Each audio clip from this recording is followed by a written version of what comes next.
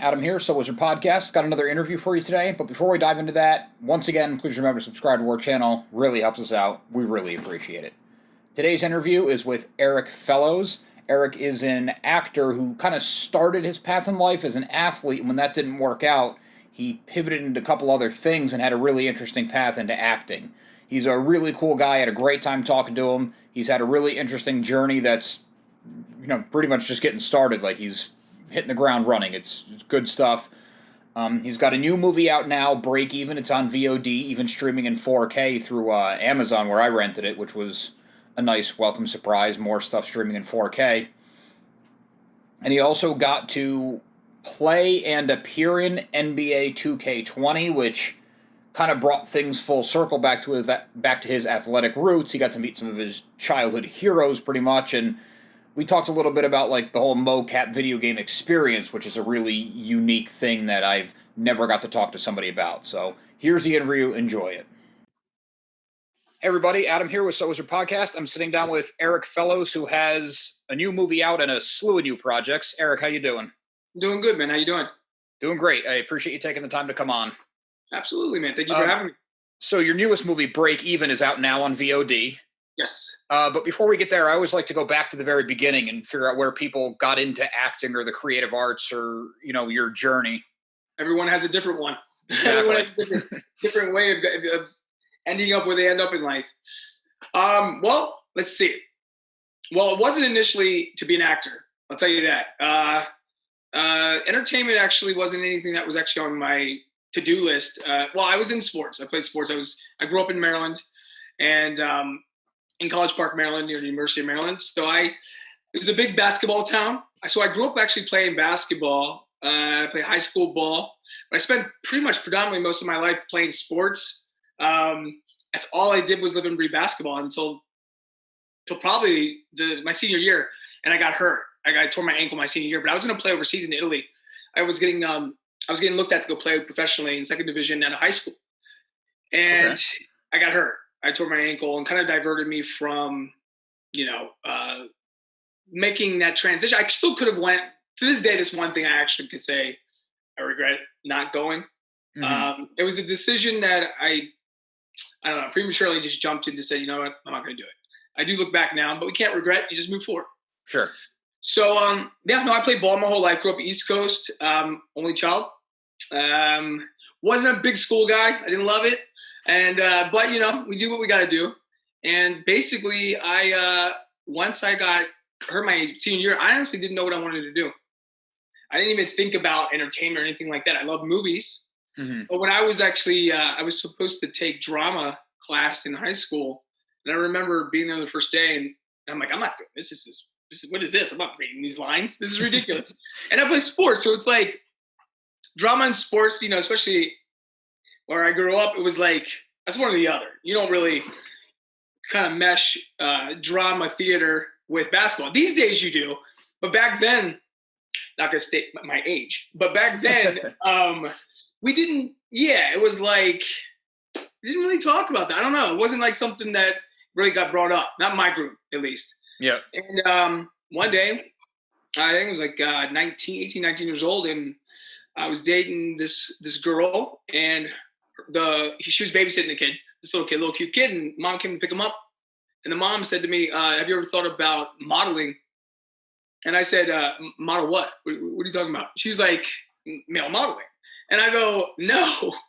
She goes, well, actually, my son, he does this. He was like a little Tommy Hilfiger model back in the day and did these commercials in DC, but also went to New York to work. So she was like, I can introduce you to his agent in DC. So I said, okay. So she did. And I ended up, that's literally how it started. It was literally just like an intro to her 6-year-old son's agent who represented adults. And I went from there. I literally started doing print work in DC. And the acting portion of it, I started, I guess, taking a little class in DC. I'm sure I remember so many years ago now. In DC, but I ended up transitioning, moving to New York because obviously it's a bigger market for modeling. For sure. And obviously for entertainment in general. It's New York City. So I moved to New York City when I was 20. And then I was there for a year, ended up signing with a really big modeling agency. But it actually took me some time. I was actually going to give up because I'm only 5'10", so being a male model, quintessential height of a male model is usually above 6 feet tall, around that area. And, you know, I was on the shorter end for a model, but I got fortunate and I ended up signing with an agency. Transition, I ended up signing with a really good theatrical agent. And then September 11th happened.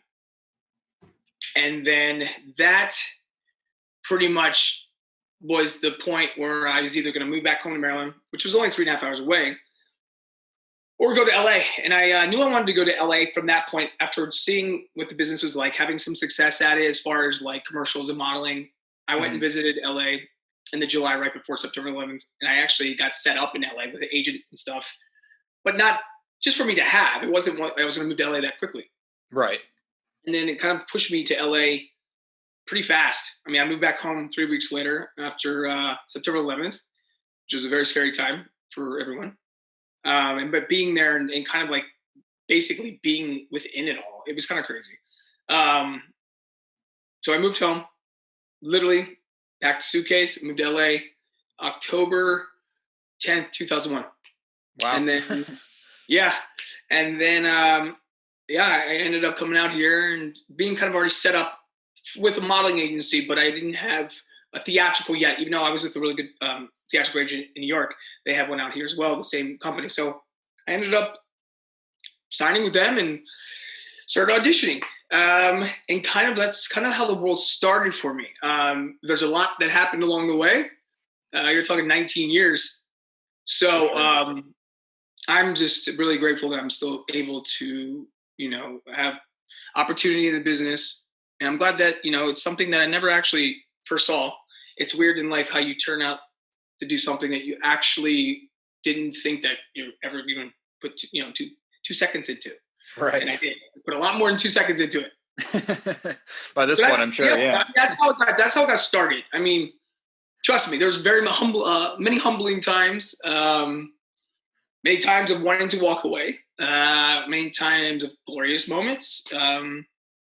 It's just perseverance and understanding really what you want and who you are, I think is the biggest thing. People don't realize what it takes to succeed at anything in life, but entertainment especially, because it's just forever changing every second and trying to mold the new you all the time, always keeping you, but the new you, because it's like refreshing, like hitting the refresh button. You got to figure it out. And that's basically the best way I can describe it without losing your sanity and keeping your composure and yourself and not forgetting who you are is literally the way you have to look at it. But that's how I started. That's cool. That I just love that everyone has their own story and there's no two that are the same. And you could dismiss it as like you kind of fell into it, but I'm sure looking back at all the time you've put into auditions and trying things out, that you didn't fall into anything and you're really going for it.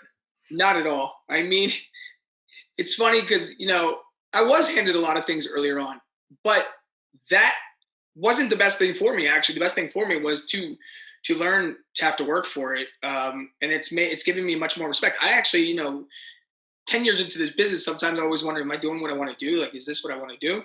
Mm-hmm. It wasn't until probably midway through, and I started actually having a real passion for it and wanting to play specific types of roles or challenge myself or prove to not only myself, but the people who maybe judge you for maybe your specific look that they think you have, or what you've already done, what they think you can't do. Right. So those are the things that's what I thrive on now. I literally play a lot of things within what my look or whatever, but not necessarily. I'm trying to play as far against myself as I possibly can. I take on the roles the opposite because I find it more of a challenge. I don't want to, it's not, and I've lost the interest in trying to play the repetitive single thing that I would normally do. Mm-hmm. So I try to stay away from that. I still do some stuff that comes my way, but I have to, for me to be interested, I have to be challenged by it. Right. You don't want to get locked into one box and that's all you can do. That's not my personality anyway. I don't work like that. I'm not that. Right. I'm not that kind of actor. I'm not a trained actor in the way where I'm very strategic. No, I just do things at the moment I'm doing them. I don't think about it any other way. And people can have their ways of doing it. I have my way of doing it. That's awesome. I like that approach because it's always fresh. It's always honest. You got to live in the moment, man. So we talked like for a minute before we started recording about everything you've been up to, and I took a look at your IMDb page, which is massive. So, I mean, you've had guest spots on some huge high-profile shows. You've done movies, big movies and everything. Before we get into like what's current right now, what were some of your like highlights? Maybe not necessarily the ones that took your career the furthest, but just like your favorite personal moments. And I mean, not your personal life. Sorry, I don't mean to pry at you, but I don't mind sharing my personal life too. It's okay. I'm an open book, man. Just like those jobs that was like, wow, this is what I want to be doing. This is it. Well, it's weird over the years, I've worked with many different people, but I would say the moments that really stick out of my head. I got to work with Val Kilmer, in a movie called American Cowslip. It was a crazy dark comedy back in, I think it came out in 2010. Actually, with a director named Mark David, who now I have multiple films that I've done with, and we have a really interesting movie coming out. Actually, I forgot to mention that to you before, but I will tell you about that. Okay. Completely, oh my God, it's like one of the bigger ones. I don't understand what I forgot that. Anyway, so yeah, I got to work with with Val Kilmer, and actually a bunch of legends, like Peter Falk, who's no longer, he used to be Columbo. Yep. Diane Ladd, Bruce Dern, Lynn Shay, Cloris Leachman, Blake Clark, Rip Torn, a list of like legendary either Oscar nominees or Oscar nominated or winners. And then Val Kilmer, which, to me was, I love Val Kilmer. Growing up, obviously Top Gun, many things, the same, you name it. Very good actor, very interesting person. But I got to play opposite to him in this film. So that was my first film role opposite to big stars like that. Now I'd done a couple of TV spots where I played big TV stars or bigger, celebrity stars, but Val Kilmer was a movie star. I mean, I know that, he's went through an interesting transition. I know it looks like he's doing healthy again, and I hope him the best. But that was a big deal for me. You know what I mean? Like working opposite the Val Kilmer, Iceman from Top Gun was growing up, whether I wanted to be an actor or not. The fact that I was a little kid watching this movie going, oh, one day I'm going to play opposite to him. Never once thought about that. Right. So that was pretty remarkable actually for me. And just the whole cast. I mean, it was an incredible cast, and I got the opportunity to do it. So that was probably one of my really nice highlights. I would say I got to work with Jennifer Lopez. I played her boyfriend in a music video back in 2007. That was interesting because you don't ever think you're going to play the boyfriend to Jennifer Lopez in a music video. Right. Especially when, you're coming up, it's Jennifer Lopez. That's all I have to really say. She's Jennifer Lopez. What are you supposed to say? It's like, yeah, that's Jennifer Lopez. That was probably the one time I'd say I was a little starstruck. Because at that point, I mean, I'd worked with a lot of big stars at that point, as far as like even working in music videos. I've worked with a lot of different people. But like Jennifer Lopez, it's interesting because I worked with Catherine McPhee the same week. I did a music video with Jennifer Lopez the first 3 days of the week, and on a Monday, Tuesday, and Wednesday, and then Thursday, Friday I booked playing a boyfriend to Catherine McPhee in her second music video she ever made. And the funny thing is, when I got on set, we were talking. She goes, "I heard that you just worked with Jennifer Lopez." She was on, Catherine was probably only 22 at the time. She was like, she was starstruck. She was like, and she's like the artist. And she was like, oh my God, you're like, just came from Jennifer Lopez? And it was just like an interesting thing.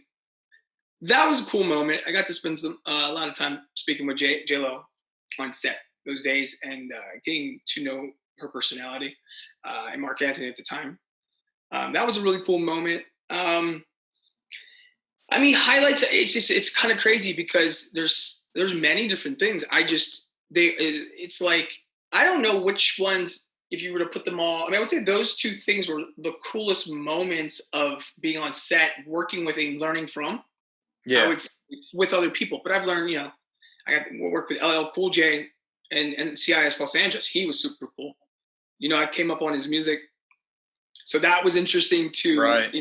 And a massive show. Massive show. He's a massive guy too, man. Like, yeah, that's true.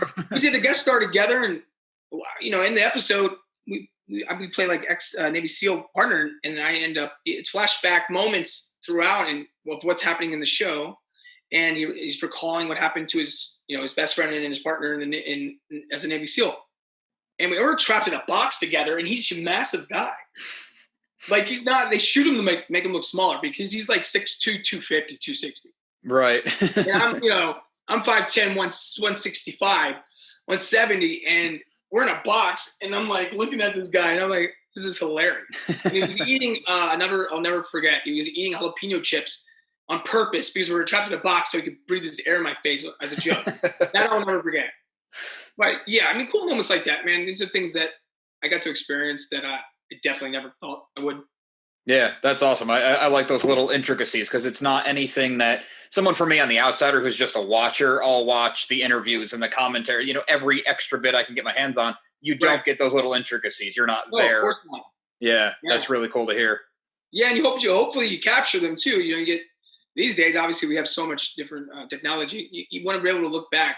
It's great to have memories, but it's great to see it too. You know what I mean? Like, so we make sure that we always capture stuff on sets and record stuff. Hold on to it. Have it. You know what I mean? Those things are cool to look back when you get older and stuff. That is cool. You mentioned a couple music videos. Is it solely acting, or do you also do dance and sing? And well, I don't dance, but I will tell you a funny story. Yeah. So never danced. Definitely not a dancer. But I just did a film called Divorce Bait, and it's a romantic comedy. And playing opposite to an actress named Vanessa Vasquez. She was on East Los High. Really talented girl. But the writer, her name is Christina Nava, and her husband, director Patrick. This is my fourth project with them.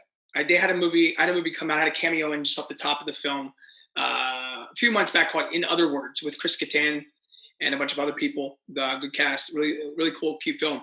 So they called me up for this film, and she goes, "I got a job for you." I'm like, "All right, cool, cool supporting sort of lead character, but more supporting, but like the ex-boyfriend to the lead girl who's kind of going through this. She's been through one divorce already, and now she's in another marriage, and she has trust issues, and it's really funny. I don't want to give away the premise too much, but I played the ex-boyfriend who kind of comes back into her life, who's like this hip photographer guy who's got this way, and they had this like sexual being together, but was he the guy that got away? Anyway, they're having me do some crazy stuff in this movie, like even like physically what happens to me, and there's a lot of injuries, but it's fun. It's a comedy. It's a romantic comedy, but like they took it to a whole other level. They're like, "We're gonna unpretty you." So they just I can't even give anything away because it's so ridiculous when you see it. But they wanted. She said she made a couple rewrites after we did the Zoom table read. And she added a dance sequence to it. That's where I was getting at with this, is that she's like, "Hey, do you know how to dance?" I go, "Christina, no, don't do this to me." I'm like, I'm not like, I'm not going on Dancing with the Stars. And if I did, I would try, but it wouldn't be good. And she said, I need you to learn how to do the bachata, which is a Latin dance. You know what I mean? I think it's a Dominican dance, if I'm not mistaken. I could be wrong, but I think it's called the bachata. And now for a dancer, I don't think it's that difficult, but for a person that has two left feet, man, it's like, so I did like 2-3 days of dance rehearsals, one time going to actually rehearse with the instructor, and then 2 times on set, they had me rehearsing with her for days up. We weren't even shooting it just so I could learn it. And then I learned it with Vanessa, the actress. She can dance. She is Latin. I am a white man. I got 2 left feet. But it actually turned out really good, man. I actually pulled it off. Now, of course, with editing and great directing and everything glitz and glam, but I did pull it off. I somehow pulled it off. So I proved to myself that I do have 1.5 feet more left and right foot. Right. So I'm not a dancer now, but I've been tested a few times. I had to do the waltz for this vampire film that hasn't come out yet, for this dance sequence. I took rehearsals for that. Somehow pull it off believable enough to where they're like, "Oh, you're not awful."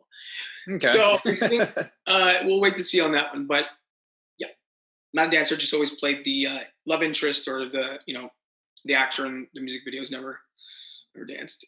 I feel like that might make it more fun because it's a little bit less pressure, maybe, for a music video. What? Just being the boyfriend or yeah. Oh yeah, No, the dancing had to do a movie. I imagine would make it way more stressful.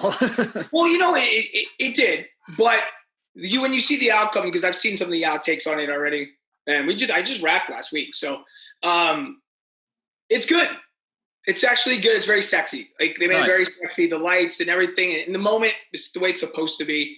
They captured it, and that's good cinematography, and knowing what you're doing. But I was able to make it believe that I can move my feet and make my feet sexy. And you were saying earlier that you like to find those roles that you push yourself. Is this the kind of thing you're looking for? Well, that's why also Christina, the writer, did it, because she knows me. She challenges me each time. She has me play very quirky-ish roles because she knows that I like to do that, and she trusts me, and she knows that she comes to me. She goes, "I want to do that because I enjoy watching you do that." So you know what I mean? She likes to test me. If she didn't think I could take the challenge, she wouldn't do it. I promise she would put her butt on the line to do that if she didn't think I could do it. Right. So yeah, no, it's fun. So I'm excited to see that film too. That's a good vote of confidence too, the way you phrased it. Yeah, it is. It helps for sure. All right, so that was Divorce Bait. Did you say that's already out or it's coming out? No, there's actually, I think they have 2 more days on it and then they're done. Oh, okay. So it's still shooting. We literally we're in the midst of it. Okay, cool. Yeah. So you listed off like a dozen projects that you have like up in the air, so I'm trying to make sure we get to all of them. I actually forgot. Like I actually don't mean like that, but like I forgot some things. Like I forgot to even tell you that the movie that I have coming out that I've been working on for 4 years. Because right now we're in break even mode. For sure, yeah. You know what I mean? Because break even. Should I go? Yeah, let's do it. Yeah. Okay. Try to get through this stuff, so I'm not talking too much. Break Even just came out December 1st. Really cool film, man. Shot by a director named Shane Stanley. He produced The Gridiron Gang with The Rock. Okay. And a bunch of different slew of things, and Emmy winner and stuff like that. Great guy. Really appreciative of him in my life, man. We've become good friends. So Shane is director. The writer is named C.J. Wally. He's out of England. Really good guy. And the opportunity that they gave us is awesome, man. It's kind of like in the vein of, like a milder Fast and Furious meets Fool's Gold a bit with a little twist of Into the Blue. Mm-hmm. It's like it's 4 friends and on a bonding sort of like sailing trip. 2 of us, me and Brent, who plays Sebastian, I play Dash, the character of Dash. We go diving. We end up finding a crate below the water and pops up. We're thinking it's drugs popping like, bags of stuff popping up. And we're like, okay. So we're throwing them to the top of the sailboat. The girls are catching them. One played by Alicia Reyes, which plays my girlfriend, Rosie. And then Tassia Teles, who plays Jack, who's the 4th lead. She's the number 1 lead of the film, but she's the 4 of us. We're all 4 leads. She's plays Echo on. Well, she did. They just finally ended on the show, The 100, on the CW. Really, really cool. Both women are very, very talented and really cool friends. Recently, we've become pretty close. We haven't seen each other because of the pandemic, but we've stayed in touch. So yeah, man, it's 4 friends. We ended up finding $50 million. And now we're on the journey of how to get it clean because it's dirty money.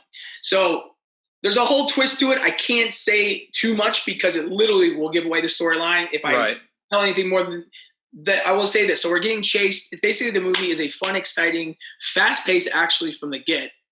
Speedboats, fast cars, sexy women, handsome guys, great cast. Well, I got to give us a little credit. Supporting cast is Steve Guttenberg, Ivan Sergey, Joanna Bakula, James Callis, many, many, many actors that people have seen, and a lot of familiar faces. So basically, the movie's, we're excited it's out. People seem to be enjoying it. Again, you can't go into it going, oh, is this the next Oscar-winning movie? It's a genre film. You know what I mean? People tend to compare things. It was never made. It's made to entertain. It's, the acting is fantastic. Shane shot it beautifully. I mean, visually, it's stunning. It's a visual, well-performed, entertaining film for a demographic that seems to be so far liking it. It's a women-driven, so that's a plus. I mean, Tassia and Elisa do a really good job, and Jonah Pakula, who plays the nemesis in it, she does a great job. So I want to give the credit where credit's due. Like, they deserve that, and I think that girls are rating it pretty high, which for the end up, staying strong for women, but also for the guys. But I think guys are trying to, I'm seeing where the rating scale is, and it's interesting to me how they're seeing it. And I don't know if it's because guys feel a little bit like, oh, girls are running the show here.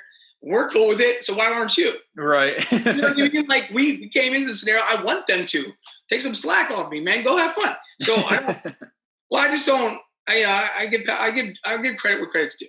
So I think Tassie did a wonderful job carrying the film. And I mean, it's a fun movie. I think everybody at least give it a shot. Hopefully we get I don't want to give that away. We're looking to do more. So let's just say it continues. It's a fun film, man.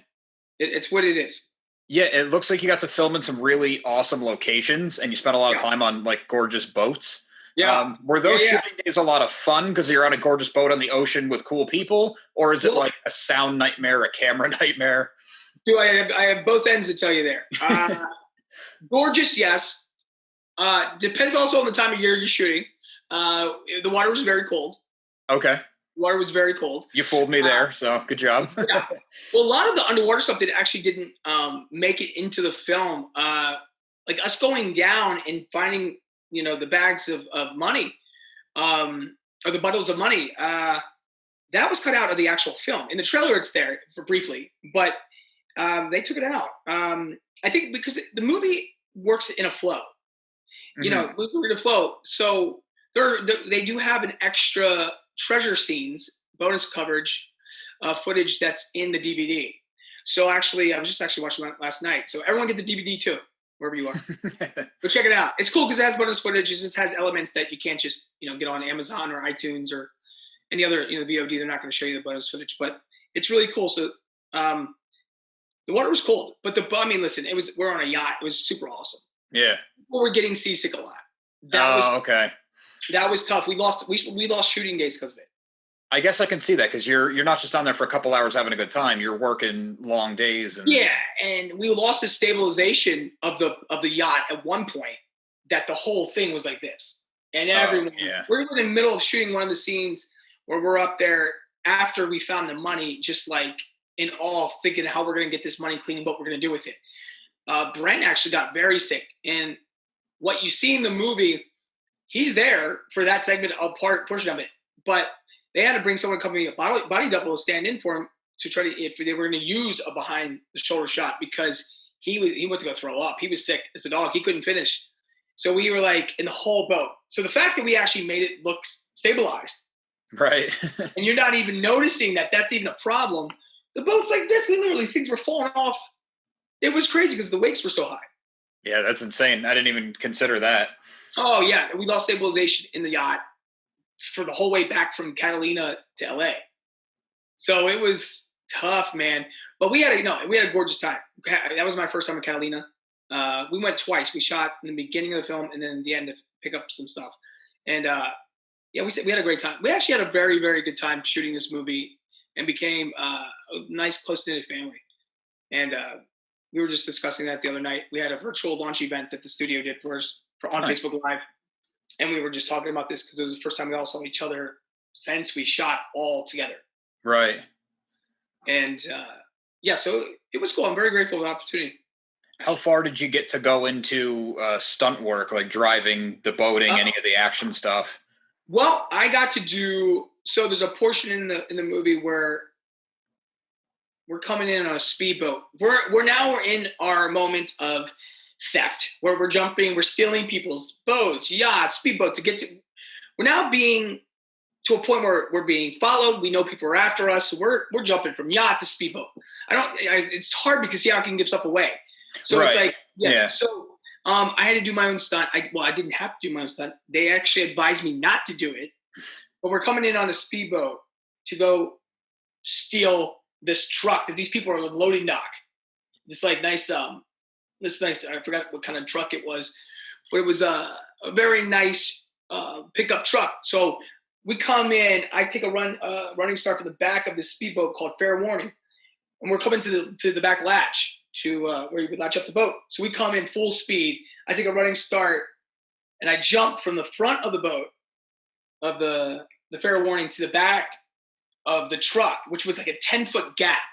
But now that I've seen the film, it looks less hard the way they edited it than what it really was, man. Because I actually almost missed the whole thing one time because 10 feet, if you don't have the right, you're coming in on a speedboat very fast. But even though it's a stunt guy doing that, make it look like Brent was driving, but he's coming in and to nail that perfectly and then take a running start with the momentum of the boat and then jump and not slip. It was crazy. I did like 10 takes. The last take, that was it. I almost died. I almost died, but I almost got really hurt. Right. I barely made the jump. But in the film, it's going to look like this. It didn't look like, I was like one of my Tom Cruise moment. But the stunt guy was like, "Are you sure, Eric?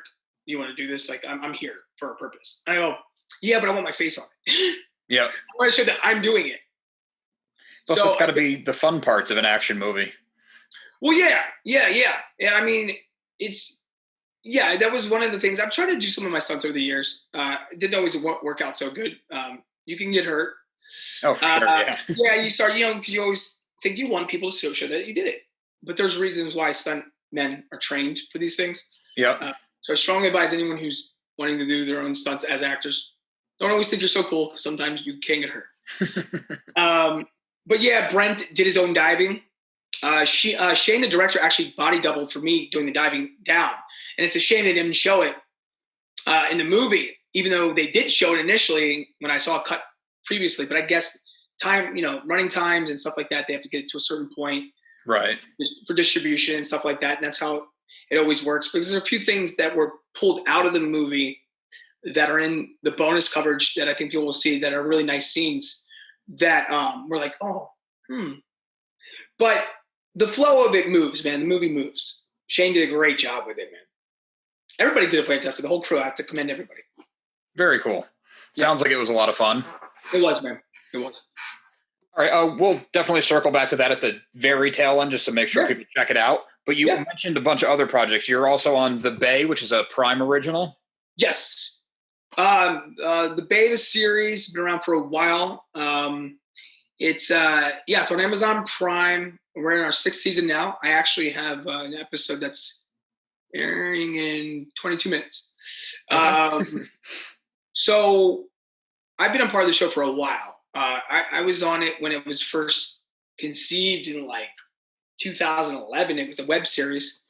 And then it started to gain recognition. It's the cast is filled in with a lot of soap stars, a lot of primetime stars, even some film stars. We have Vivica Fox on the show. We have Sean Patrick Flannery.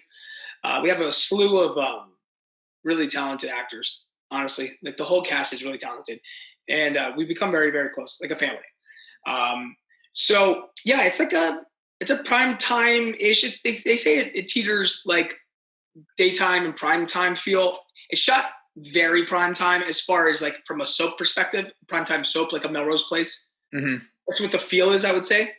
And just a lot of different actors that people are going to know or familiar faces from daytime soaps. A lot of Emmy winners. The show has done very well as far as Emmys go. It's done 119, so it's done very well. Wow! Yeah, as a digital series, and it was the first short formatted series back then that won a daytime Emmy for that category. So it got started getting recognition, and that's how it ended up on Amazon. Very cool. And now, yeah, it's cool, man. It's a cool show. Gregory, I have to thank Gregory and Christos who created the show and started the show years ago. We've all stayed close and we're friends, and six seasons into it. Yeah, Prime's a great network to be on. Yeah. So we're all very thrilled and happy, and we'll see how long it keeps going. We'll just keep on going. For sure.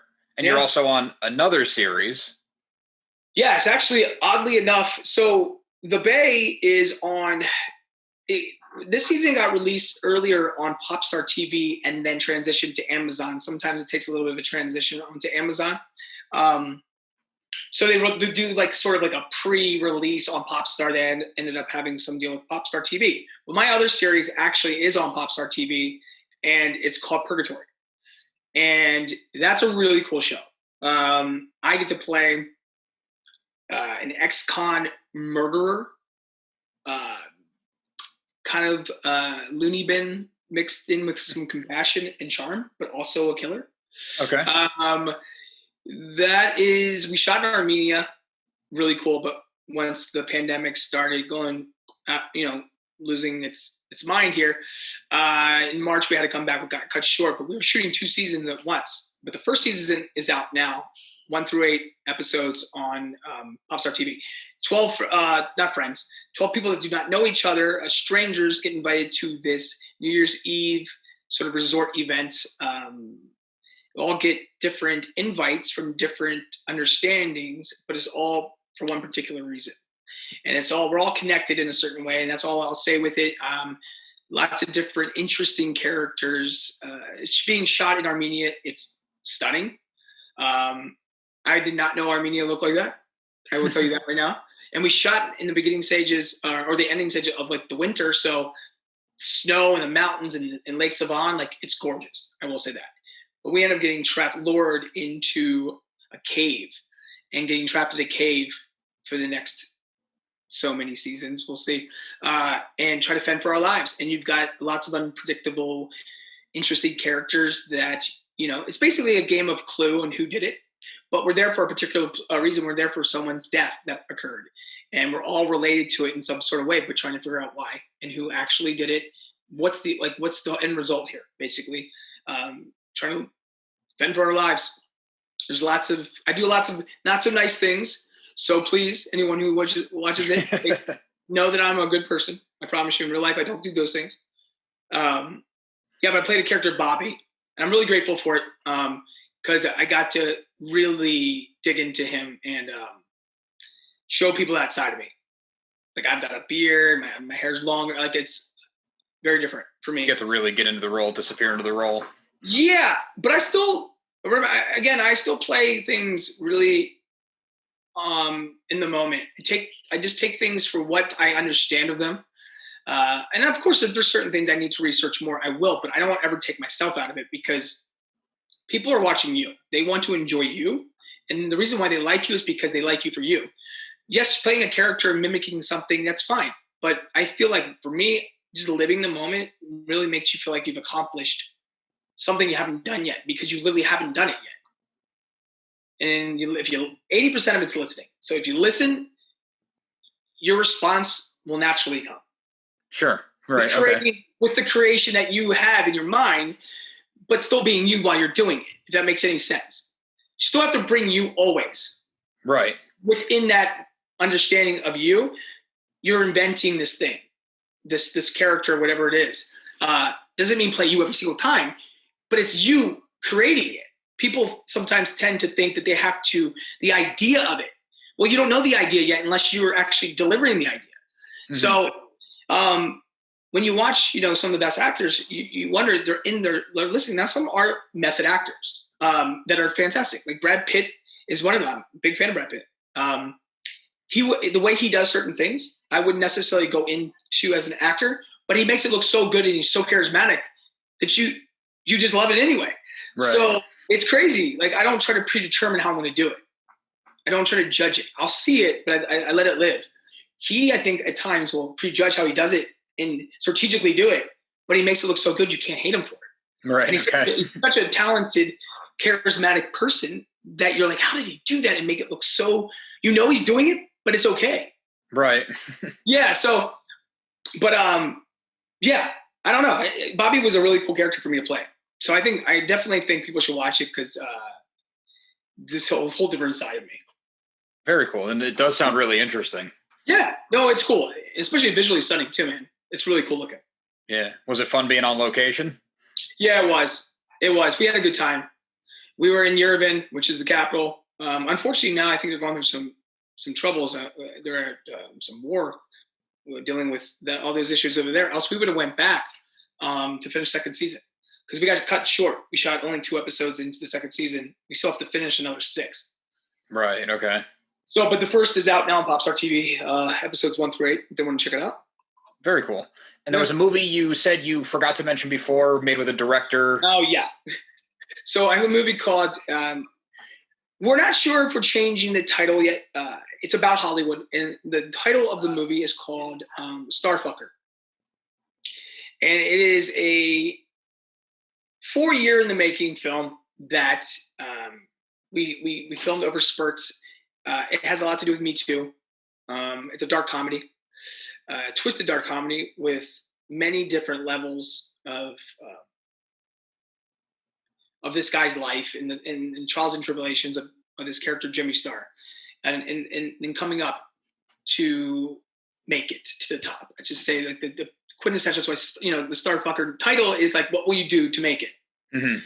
That is quintessentially a Starfucker is you're gonna do this to get this.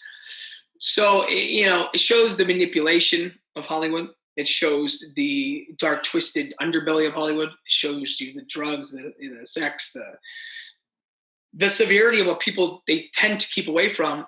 Don't really want to show their true colors. So we did it in a very dark comedy fashion.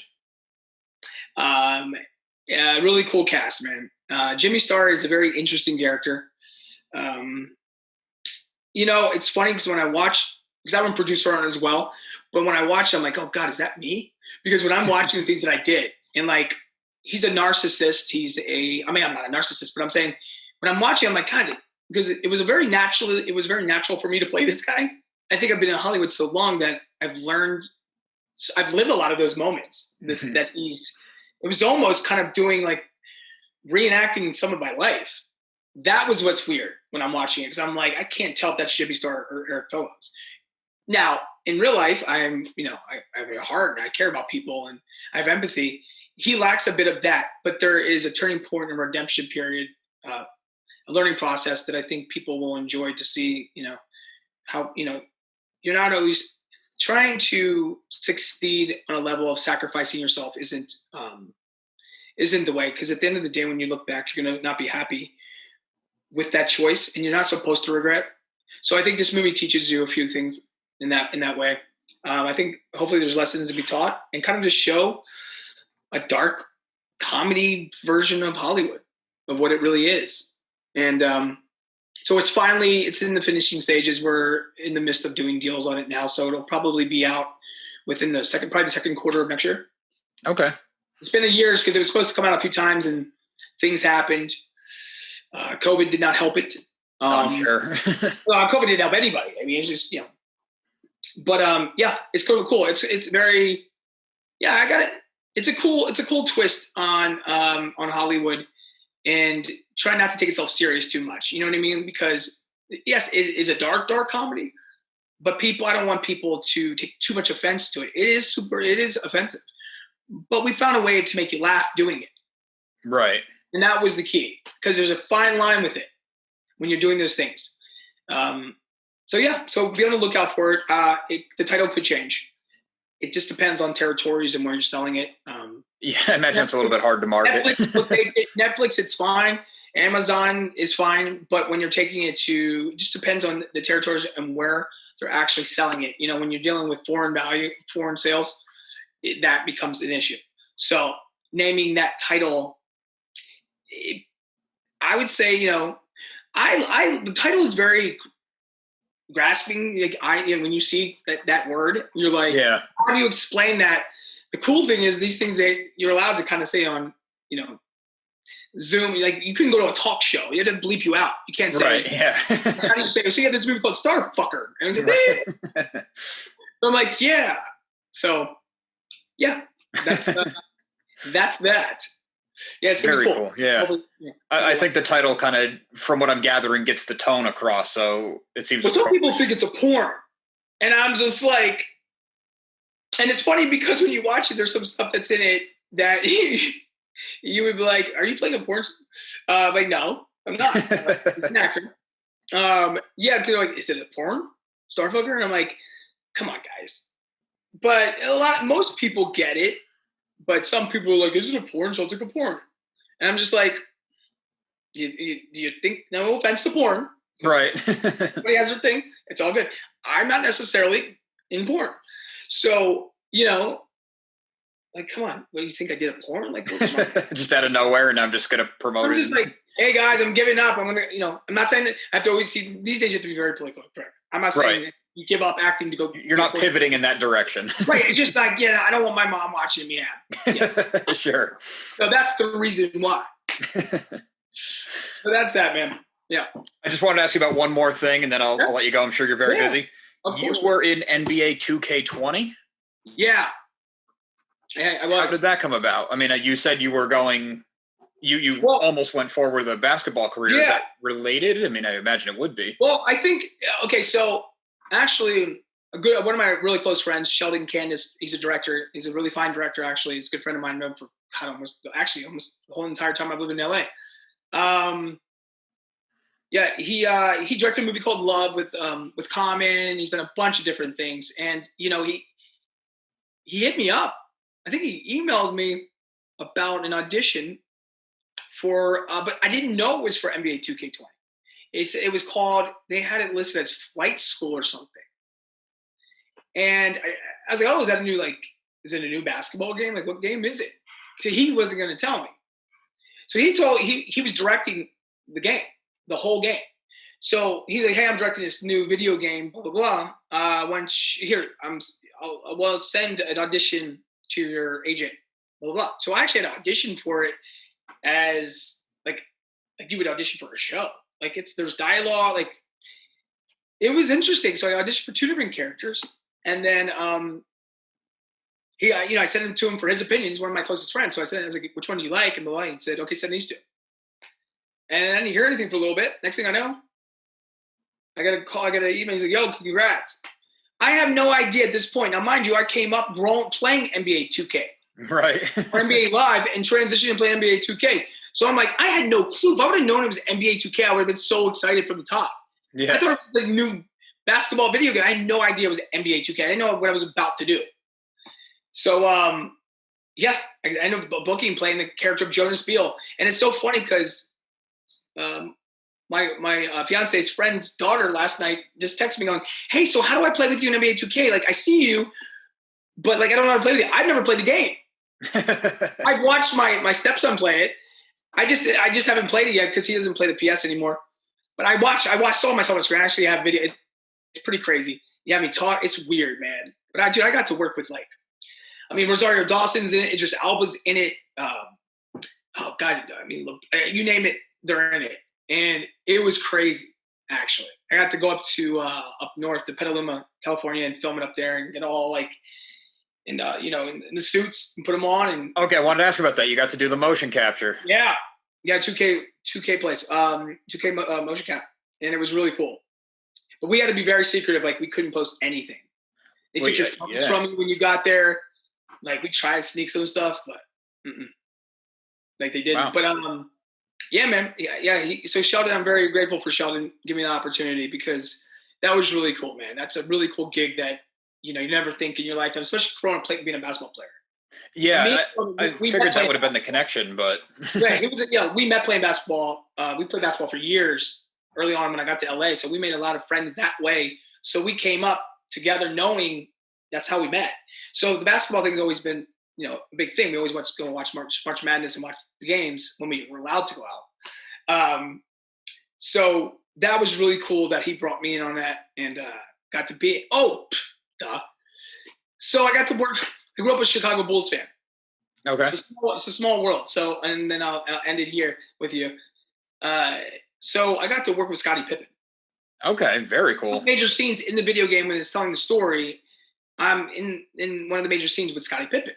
So I grew up a huge Michael Jordan fan. I mean, I literally had the Michael Jordan tattooed on my arm until I was 33. I had it lasered off. That's how much of a Michael Jordan fan I was. And that's how much I love basketball. So now I'll put in perspective what kind of basketball person I was. So my friend Sheldon, real quick. So Scottie Pippen, his son plays they go to Sierra Canyon, which is out here in Chatsworth. So it's where LeBron's kids go now. So that's kind of put Sierra Canyon on the map because they've been winning championships for years, but LeBron coming to it was a big deal. Yeah. So my stepson is on Scottie Pippen's youngest sons, they're on the same team at Sierra Canyon. And I was always so scared to talk to Scotty because I see him sitting there, but I was a huge Michael Jordan fan and Scottie Pippen fan. Right. So I won't talk to him. So I'm on set. He's like, yo, guess who's coming today? I'm like, he's like, yo, Pip's coming. He embarrassed me in front of Pip. He goes, yo, Erik used to have Michael Jordan on his arm. And Pippen was like, what do you mean? He goes, tattooed the Jumpman. And he showed him a picture of it. And I came over there. And then Scotty, my girl, didn't tell me. She told Scottie Pippen at one of the games that you're going to be working with my fiance on the video game. But she didn't tell me she said that. So it was so like funny. It's a small world, man. Yeah. That's cool. You get to meet one of your living legend idols. Yeah. And it's funny. He's like, Michael would like to know that, man. It was just funny because he's like very composed, deep voiced, but he's a good dude, man. And then every time I saw him ever since then, we always talk. Whenever we go to the games, sit there. It was, yeah. So it broke the ice of me not being scared anymore to talk to Scottie Pippen. Right. Yeah. That's awesome. Yeah. So thank you, Sheldon. Very cool experience. Yeah, man. It was really cool. All right. I don't want to eat up your whole day. No, it's all good, man. I really appreciate this. This is great. Yeah, I do as well. This has been a great conversation. You got a lot of cool sounding projects coming out. Just to remind everybody, Break Even is your current newest big one. VOD, all streaming platforms. I think go to, and also, Break Even movie.com. It'll give you all the lists. I mean, you can just look it up. I mean, it's on every platform. The only platform it's not on is Netflix, but that's always a separate deal. So all platforms and VOD, check it out. Cable providers, I think most of them have it. Do you want to give out your socials and everything where people can find you? So my Instagram is Erik Fellows Official. So it's ErikFellows Official, all together, obviously. My Facebook is just Erik Fellows. There's a few of them. People like to pretend they're you.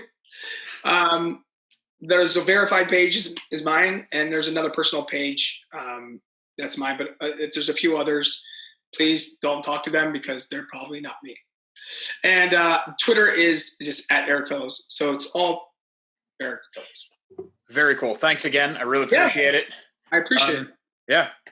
Take care. Good luck with everything. Yeah, you too. Stay in touch, man. This was a really good conversation. So absolutely appreciate that. All right, brother. You take it easy, man. Take it easy. I'd like to thank Erik once again for taking the time for coming on the show and talking to us. Check out Break Even. It's on VOD. I'm pretty sure everywhere. I went through Amazon personally, but again, I'm pretty sure it's everywhere. If you're into sports games, check out NBA 2K20. He does get to make an appearance and kind of act and play in that arena, which is really cool and I'm sure a unique experience. Check him out on social media. All of his links are in the show notes. And also, make sure you listen to Subwizard Podcast wherever you get your podcasts. Subwizard Podcast can be found every single week. Subwizard Podcast is also on Patreon, where for as little as $1 a month, you get multiple monthly bonus shows and more on the way. You also get early access to our weekly AFI countdown videos, so if you've been following along with that list, maybe giving you something to watch in this never-ending quarantine, you can get a week head start on it. SubwizardPodcast.com is your resource for reviews, recommendations, merchandise, and more. We love hearing feedback, so drop us a note in the comments, leave us something on social media, and once again, please remember to subscribe to our channel. We're working on new stuff for you all the time, more interviews in the works, more unboxings, more movie review videos. We got a Star Wars video podcast coming onto the Patreon. Awesome new stuff coming all the time. Subscribe, you don't want to miss out. Thanks again.